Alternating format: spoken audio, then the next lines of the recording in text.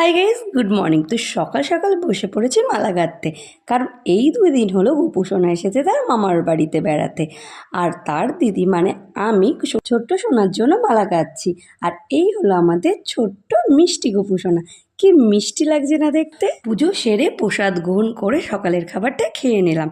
আর ঠাকুমা এখানে নারকেল কুড়িয়ে দিচ্ছে, আমি রাতে পাটিসাপটা করব বলে। কয়েক বছর ধরে ঠাকুমা পিঠে পুলি করাতে ছুটি নিয়েছে, তাই আমি এর হালটা ধরেছি। এই কয়দিন পড়ানোর চাপটা একটু বেশি, তাই ঠাকুমা আমাকে হেল্প করে দিচ্ছিল। খেয়ে দিয়ে আমি আর বাবাই এলাম বাড়ির কাছ থেকে। মিটারে লাইন দেবে বলে আস্থার ভেরিফিকেশান ছিল। অনেকক্ষণ থাকার পর সন্ধেবেলায় বাড়ি এসে সন্ধ্যা দিয়ে গীতা পড়ে নিলাম আর ঠাকুরকে শয়নে দিয়ে কালকে সকালের জন্য আজকে মালাটা গেঁথে নিলাম। আর আজ যেহেতু শনিবার, তাই বাড়ির সবার জন্য নিরামিষ চাউমিন করে নিলাম। আর এটা হলো আমার পয়লা বৈশাখের জামা, যেটা আমাকে শুনু দিয়েছে। তো জামাটা আমার খুব পছন্দ হয়েছে।